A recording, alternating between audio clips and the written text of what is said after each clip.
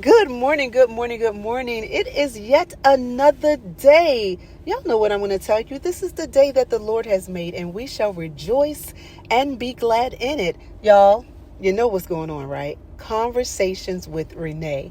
And I always have good conversations. Why? Because I know good people. And today, I want to be talking to my friend, Chris. Hey, Chris. Hey. Listen, they already know I get the giggles and everything, but Chris, I'm so glad to have you on the show and have good conversation. I think we had some good conversation the other night, right? Yes, we had. Definitely talking about the state of our schools and our children in these schools. Now, you were telling me some interesting things, right? Because I get on our public schools a lot. I do. I talk about sometimes the lack thereof, and the educators and things of that nature. But I kind of believe that as much as sometimes we want our children to have the best and the greatest quality of education by choosing certain schools, whether it be private or Christian or whatever, sometimes you really just can't beat public school education as much as it has caught a bad rap. Yes, I believe. I'm starting to believe that. Yeah. That's the case with respect to some of these public schools. A lot of them have, in most cases, most school districts, they have this, gifted and talented program where they're able to identify those kids that qualify as what they would call gifted, and then they put them on a different track. That track would essentially be an accelerated track that's above honors, that's above like a college prep, track, and present a situation for them where they should be able to possibly even graduate early from high school and get college credits while they're in high school. And I'm noticing that these the private schools, they don't have those. Come on. Gifted programs. They're not available. So that's one concern. Right. And just to kind of go here for a second, I say this, and it really is, like, at the end of the day, right, it's all about money. Yes. A lot of the private schools, right, they get us in a mindset, and when I say us, I do speak about the melanated community, right? It's like they get us to buy into and believe that if you're paying for this education, then it's better than what you're going to get in your communities. But a lot of the times, you're just paying for, like, when I lived in California, I said I paid for the outside, I paid for sunshine, right? And I didn't live outside, right? So, but that's what it is sometimes for these private schools or Christian schools. You're paying because of a name, but what your child is receiving really is less than what's going on in the public schools that's funded, quote unquote, by our government and fundings and things of that nature. Correct. That's correct. So I have a real life example, right? So my son is 13. He just turned 13, so he's in the 7th grade.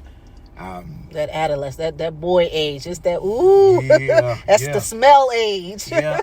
And then on top of that, he's one of those kids that you might want to call a savant, right? He is, extremely intelligent. Okay. He's the kid that when he was a baby, he was putting 100-piece puzzles together, and he would take 4 or 5 puzzles and put them all together and then solve each one of them. Wow. So that's the kind of kid. So now he's in the 6th grade. When he was qualifying to go into this private school, it's a Christian private school. When he was qualifying for it, they make him take an entrance test. Okay. Right, and you have to score a certain amount. They don't tell you what it is, but you have to score a certain amount. They said the assessment should take about 15 minutes or so, and then once you start missing multiple questions, then the assessment will end. Okay. His assessment lasted for 3 hours. Because he didn't get them wrong? He never got anything wrong. Wow. So he tested, it was just leaving the 5th grade, going into the 6th grade, and he tested at a pre-calculus level. Wow. Right? So we're thinking, okay, that's good. He's going into the school. Of course, they accepted him in. came into the school and they put him in regular math. Just like regular math, not accelerated, not honors, not gifted, just regular math. He ended up. Let me ask this question. Yeah. What was the ethnic environment of this Christian private school? Oh, you'll see a few specks of us in there. Okay. Yeah, it's predominantly white. You've got some Asian, you got some Indian. You have a few African Americans. Okay. I mean, because that in itself, and I'm going to tell you right now, Chris, I don't play the race card, but I do play the reality card, right? And reality is a lot of times, in all honesty, because we as melanated individuals excel in so much that when we get into different sectors or when we get into different arenas, it's strategic to suppress that very greatness that we have, right? Because idealistically or whatever, we're looked at a certain level or capped at a certain level. So even if we're thrown a bone to just be like, oh yeah, okay, well, I gave you a little bit of something, it still sometimes doesn't really match the potential or match where we actually are as an individual. And I kind of just heard that kind of coming from you from that. Yes, okay. Yes. So that's not only is that true, that's something that we can see repeated in every aspect of life. Yeah. It doesn't matter whether it's school, whether it's in a professional life, high school, college, sports, business. Yes, it does not matter. That the old adage of you having to be twice as good to get half as much, that is very true. Yeah. Except when it comes to private schools. Right now, we're not talking about homeschooling. Right. The homeschooling, you're on a whole different track. You can put yourself in a situation where you can finish high school at 15, right? But when you're talking about those private schools, they're going to make sure, and it's just like a warranty on a car, right? Or a service on a car. Once it gets out of warranty, every time you come to that dealership, you're going to be paying out of pocket. Right. So what they're going to do is they're going to make sure that they keep you on, and I'm glad this is radio. In business, we call it keeping you on the tit. Okay. Right. So that means it's like signing a service contract. When you go into a school, a private school, you got a tuition that you got to pay, and if you leave the school, like in our situation, he's leaving the school and going back to public school, there's a cost they make you pay to get out of the contract. Playing. Right? So it costs you to get in. It costs you money every month, right? And then it costs you if you leave early because there's revenue that they're going to be missing. Okay. Yeah, so they get you coming in and going out. They get you coming and going. And the unfortunate part is that you can't say for sure walking out of that private school that your child has gotten a better education than what their counterpart. Like I can say for instance with my son, his 7th grade schedule at the private school included pre-algebra. Okay. I just told you that he qualified. He was testing at a pre-calculus level in the 6th grade, going from 5th grade rising 6th grader, right? He's in the 7th grade. They put him in pre-algebra. Now we got a copy of his schedule for public school, and he's in algebra 1. Okay. Because he's on the gifted track in public school. Okay. Something that the private school that you were paying for didn't offer. Now herein lies had another. No idea of when they were going to get into the program. Herein lies another challenge. So I think in a conversation I shared with you, my son in the 4th grade tested on a 12th grade level, right? In language and math, both in English and language and math. I said both, and it was 3 things. But at any rate, though, he academically advanced, right? Right. Now, this was a minute ago, but at the same token, so when he wasn't academically challenged, the first thing they gave this black boy, right, was that he was diagnosed with ADHD. And I'm like, that's not what we're going to do. Now, we're not going to totally rule it out because, hey, maybe there is something neurologically that substantiates that. But what happens is he's testing on a 12th grade level in the 4th grade. His report card, this was the first time I had ever seen someone come home with a report card and you had all 100s. Yes, on a test, but I had never seen it on a report card. So I'm thinking, well, son, where do you go next? Like, there's nothing to strive for in a sense because you got all 100s on, and on your core classes. It wasn't gym or art, you know what I'm saying? These were academic classes. And so they wanted to, it was like he has ADHD. He just can't sit still. And I was like, well, look at what he tested. Can we give him 12th grade work then? I don't care that he's in the 4th grade. This is what academically he said he's able to do with what you gave him. Give him that. I think I found that especially our boys. Now, it's a lot in the girls too, but especially our males, they are the first to be labeled ADHD when it's not to say again, like I said, that it can't be, but when they're not academically challenged. What is a child, right? Let's just talk about developmentally. What is a child going to do? Exert energy. They need to do something with some energy. Right. That's true. That's very true. That's very true. And I've got the same situation. My son is, they said he had ADHD, and we, since, as much as I hate it, we've since medicated him, but that's been since like the 3rd, 4th grade, where at the same time, yes, that might be the case, but here's the thing. When you have a child whose mind works in that way, come on, then you have to make sure that they're constantly stimulated. Absolutely. And if you put them in a place where they're not constantly stimulated, that you hear people saying this, I don't mind, it's the devil's playground, right? So that is what happens, and it doesn't matter what school, it doesn't matter what district, it doesn't matter what state. It's any child who is not adequately, it's not even being incentivized. They have to be academically challenged to the point where their mind stays busy. Yep. They can be successful. If not, they're going to be labeled as a problem child because the work that you gave them is so easy.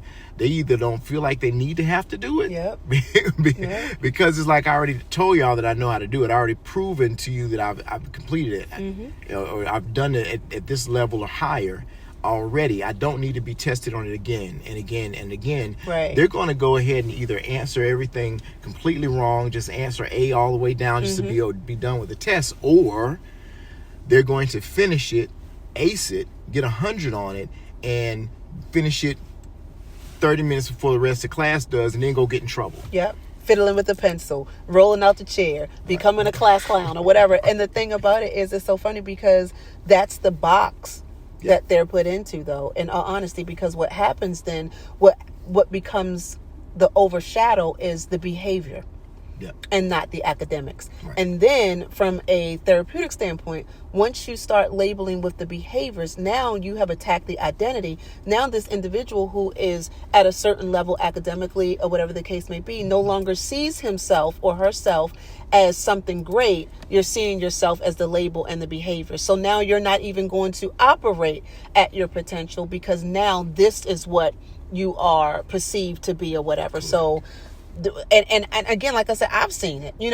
Like you said, my own child as well. It was like by the time it became a behavioral thing, and that was like the focus, we forgot that, hey, Gary is smart, right? And so, and like you said, now I don't even want to prove. Well, I'm not going to prove. It is what it is. I'm a lack of better terminology. I'm a hang with the dumb people. I'm a chill with the dumb people. But it stifles who I am because now I can no longer grow and become something else because, hey, I'm just with the people that you kind of said I better relate to. Right. So in saying that is exactly where we are right now with him. So he is just about to transition back into public school. However, this is the kid who, like I said, he's 7th grade. This is the kid through all 5 years of elementary school never got a B.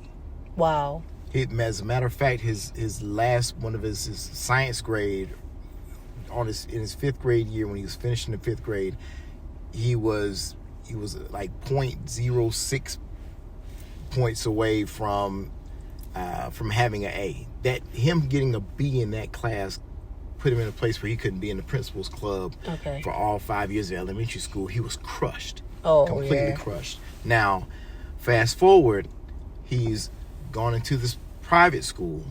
They have not adequately stimulated him. So he's not really caring about grades at this point. He's like, I already know this. Why do I have to keep doing it? They stimulated your wallet, though, didn't they? They stimulate. The wallet is hella stimulated. But now what has happened is his grades have dropped. Yeah. So now leaving the private school, going back to public school, they are going to look at him as if he should not be on the track that he was on when he left public school. Right. So that has completely derailed him in regards to where he was going. He was planning, just like his sister. She graduated high school just after she turned 17. Mm-hmm. So he was trying to put himself in a position where he would be able to do the same, and that is not going to happen now. Well, I hear you, and I believe that it will, because he's purposed. Right. Yes. Now, is it going to be a challenge to get back to that? Absolutely. Yes. But especially, this is another thing that I talk about, advocating for your child, because you are involved, because, you are aware, right? Because I have a thing with people being woke. I'm like, no, you sleepwalking, right? You need to be aware, right? You know what I'm saying? Yeah. So when you are aware of these things, then you can hit them head on and, kind of derail some of those things from happening as well. Or like you said, you've got the ability to kind of pick it up. It's not like you're at wit's end and you don't really know, what the goal is or whatever. So I believe that he's still able to do so because he is who he is. And like you said, like I was talking about, having that public environment, yes, it's different from the private school, but there are experiences that I think kids need anyway in public schools because it helps them stay grounded in reality, right? Sometimes the private school, and I've heard this, even my co-host, we've talked about this before, he drives Uber. And there was a young kid that got in his car that was of African descent, and he was in a private school. Mm-hmm. And, it was like, oh, wow, good. And he said the little boy asked his mom, can I tell him? And he's like, his mom said, sure. And he's like, no, I don't like it. Like, the way they treat me, you know what I mean? Like, even though this education is supposed to be better, what I'm experiencing is taken away from who I am, from my ethnicity. Like, I'm detached in a sense from my culture, my understanding or whatever. Some things that you're just not going to get in the environment of that public school. And even some of the struggles of a public school teaches you how to survive and navigate. Sometimes that private school puts you in that place, and of course, not speaking morbid, but where a lot of the children don't know how to navigate life, so they suffer after private school because of the sheltering that they got. Yes. So you're in a bubble. There's a definite bubble when you're in private school. I was just talking to my son this morning, and we talked about it. Hey, this school that you're going back to, you already had some issues because this the crazy part about our children. This is the melanated community. The problem with our children is that we almost deify a child that is exceptional. Mm-hmm. Absolutely. Right? So you know where that came from? Yeah. Okay. Yeah. Well, tell us. So, I'm going to lose my thought. Right? Okay, my bad. I'm sorry. I can't speak okay, go ahead. Okay. Tangentially like that. Okay. All right. So in his case, I'm asking him, are you okay with the fact that there's a fight every week at that school? Mm-hmm. Are you okay with the fact that before you left that school last year that there were kids that were, calling you names and trying to corner you and all these things? And he's saying that, look, I'm okay with that. I can deal with kids that don't like me because they say I talk too much, or they say that I'm too smart or whatever. I'm okay with that. I've been called smart since I was in the first grade. I've been picked at for being smart. I'm okay with that. But they never fought. There was never a fight at the Christian school, right? And there are a lot of kids there, Dad, that were as smart as me, but we always got in trouble.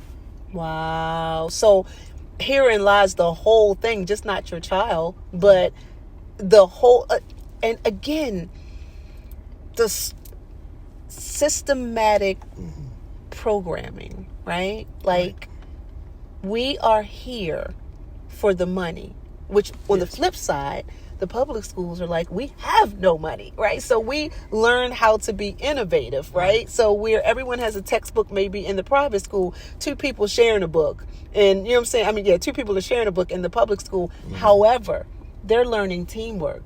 They're learning, sharing. They're learning that lack doesn't stop you or doesn't prevent you from, still being great. But the private school, you're missing all of those things. And it's showing you that, hey, again, going back to what I said, you're paying for our name, right? You're paying for, to look a certain part. And we have a lot of children who have grown up to look a part, but on the inside, falling apart because they have no clue. My mama used to say, honestly, you don't have no good common sense to come in out the rain. And that's what kind of happens from that, the different things. Like, it might come at you a little hard in the public school where they tell you to come in out the rain.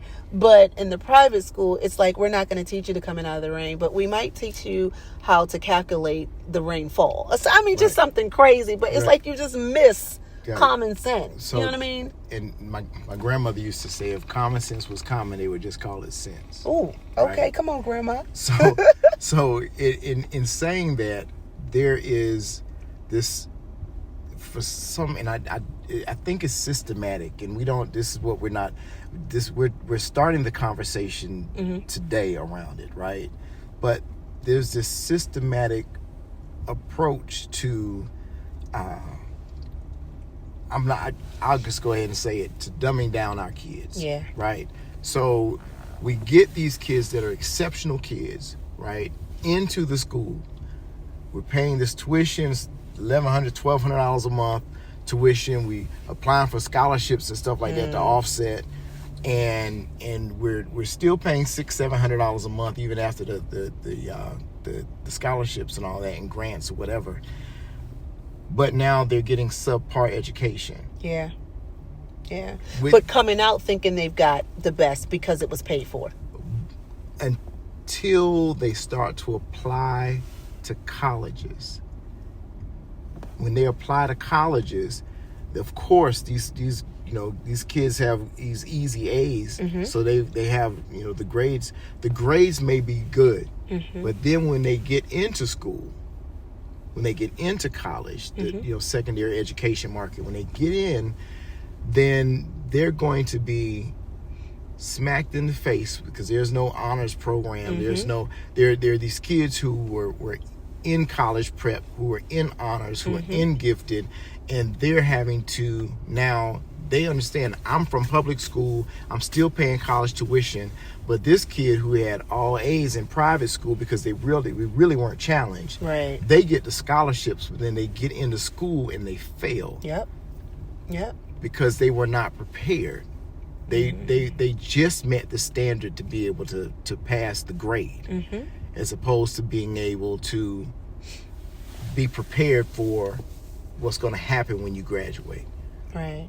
Like that is what is concerning to me, is that, talking about my son again, is that he's bounced back and forth now. He's done private school, then public school, then they've all been Christian schools. Then he went to, so he had private school up through kindergarten, first grade. Then he went to public school, first through fifth. Then he went back to private school for a year in sixth grade, half the year, and then bounced back to public. Now he's went back to private school again and did like a half a year, and now he's going back to public. It's the yo-yoing of it all, and then there's this disparity between curriculums, and I'm looking at it, and it's it is a crying shame. It just feels like they're just throwing money away, tens of thousands of dollars a year in tuition away. Absolutely. But you know what? The good thing too, looking at the silver lining and your son going back and forth, he is able to have an experience on both sides to really know what both sides feel like. You know, some Correct. children only get one side. You only get public.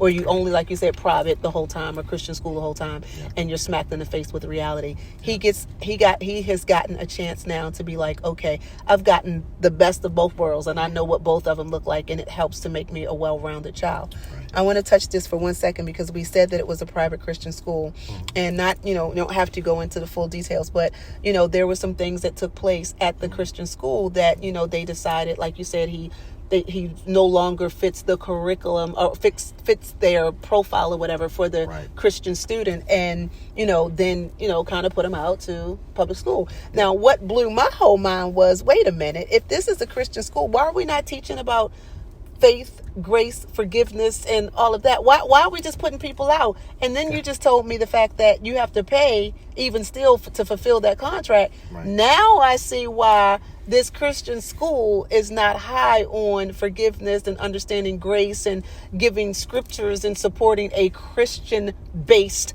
program. Right. It's more, like I said, a wallet-based, and it's like, oh, you got to pay me anyway, whether you're here or not. Right, exactly. So so the problem with his situation, and there are so many other kids that deal with the same situation, right? Mm-hmm. But just might not be dealing with it in a private school with Christian. Let me make sure I say that Christian, supposedly Christian school, where he was looking at somebody on a website or something they should have been looking at, and showed a friend who he thought was a friend, who reported it back to their parents, and then the parents contacted the school, and the school's like, absolutely not, we can't do that, you got to go. There was not a like this process of punishing or having consequence to that, and then the counseling that should happen, because there's not an addiction there, as far as I know, as far as I can see, but we're talking about a 13-year-old boy. We're talking about Curiosity. a 13-year-old boy. We're talking about, this is developmental, right? This is the age, that's the age of sexual exploration as well, right? We've learned our bodies. We know we got some parts. We may be pre-puberty or in some puberty or whatever the case may be. Now we want to know how these parts work. We want to see, I mean, that, and I'm not saying that that's quote unquote normal, but it's highly statistical that this is the age that those things will occur. And so in a Christian school, why are we not teaching about, of course, our bodies and our changes, but as it relates to the word? Now, I have a lot of strong insight or opinions about that, being a licensed ordained minister in the Christian faith, that we get these titles, and we bishop, apostle, chief apostle, Littlefoot. I mean, all these things, right? But we're taking the title, but we're not actually active in having people to understand how to apply the word to their life and live thereof. You know what I'm saying? Like, it's just, and don't get me wrong, we can attach the word Christian to anything. Let's just keep it 100. My son, I will never forget this. My middle son used to go to a daycare, and it was called God's Little Angels. And I'm like, yeah, I was definitely heavy into the word, and it's the Bible, and if God is on it, it's the bomb, right? And man, he came home singing more rap songs than a little bit. I'm like, where'd you learn that? He was like, God's Little Angel Band. I'm like, wait, what? Why are you singing all these songs with all this profanity? And I'm like, twerk at the daycare. Okay, I'm trying to tell you. And I'm like, so we have to be mindful that God, just because it has the word Christian or Christianity to it, I mean, and then just really to be a little bit more in depth, Christianity is a religion. It's a title. It still doesn't denote relationship. You understand what I'm saying? And to be honest, if you do the research, a Christian really is a derogatory term anyway. So it's like, the people say, well, I mean, you a minister, aren't you a Christian? I'm like, no. They look at me like, wait, what? Like, I don't get it. What? I'm like, I'm a follower of the teachings of Jesus Christ. I'm not a Christian. I'm Renee. You know what I'm saying? And like, a lot of church folk get mad at that. Well, find the word Christian in all 66 chapters in that Bible, and we can have a conversation. Do you understand what I'm saying? So we just have to be mindful of that as well. Just because we slap Christian on there, or a bit. This is a joke. Hold up, Chris. I seen this on one of the social medias. It was like, hey, parents, can you stop naming your little bad kids these Christian names? Because Elijah robbed me. And it was like it was like in Obadiah, stole my car. It was it was like, stop doing that. Like, we do. God. Just because we give it some kind of That's funny. Yeah, that's funny, right? Because my youngest son's name is Matthew. Right. Matthew took my taxes. Oh, you know my what I'm saying? gosh. That is so funny. So here's the thing. We, as long as people realize, just because God's name is on it, come on, does not mean that God is in it. I love it. Absolutely. Right? So we can see, and we have, we've seen, these Christian schools or churches. I'll just go ahead and say. So listen, this a real platform. Tell it, talk it. Where there's a lot of preaching of the gospel but not living of the word. Absolutely. Right. Absolutely. So then what happens when you're not living of the word? However you're living, you're then turning around and spitting that all over your congregation and all over your students. Yeah. And you believe that you're actually preaching the word, but what they're doing is they're picking up the spirit that is being See, we get ready going. You get ready to take me to another show, Chris. I'm trying to tell you. So that is so unfortunate, because if we got a kid who is dealing with this, onset of learning about their bodies and being exposed now, pornography is on every telephone. You just got to type it in, right? They're being exposed to that. But if you got a pastor, or if you have a teacher, or if you have a principal that's calling themselves a Christian principal, right? And they're the ones that are shepherding that flock. If that person deals with pornography issues or whatever, right, then whatever they speak, it's not the physical words that they're speaking, it's the transference that they pick up, which could strengthen that addiction that the kids is starting to kind of show up in that child. And the easiest way, in a sense, from this situation that I see to dismiss that or to handle it is to dismiss it, is what I was trying to say was, we won't deal with it, right? Because we that means we have to possibly deal with our own, like you said, deal with our own. We're just going to go ahead and dismiss it, right? It's just not indicative of what we have at our school. It's like, but wait, we've got this Christian name to it. Right. At the end of the day, though, Chris, I'm thankful for the conversation, because honestly, it gives some people listening a little thing to think about. When you're thinking about, especially in our community, I want my child to have the best education.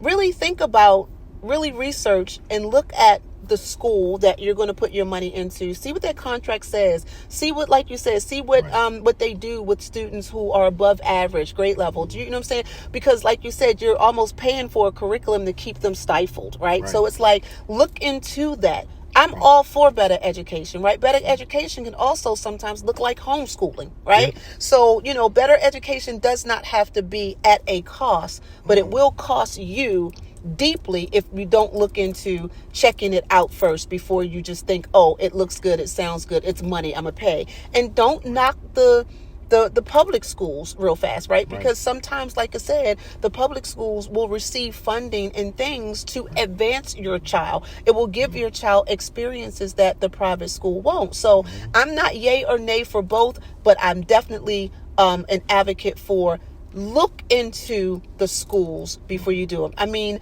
honestly, you have to know what's best for you, what's best for your child. But one of the things I want to also add is make sure you advocate for the best that your child can receive. And that can come from public schools or Christian or private schools. But do the research, y'all. And guess what? Stay tuned too, because you've got the fact of the matter and you've got good music coming up 24/7 here on D.O.D Radio Network. And you know what station this is. It's the station for your best self, your best life, because this is the best radio. That part and say that. We are out.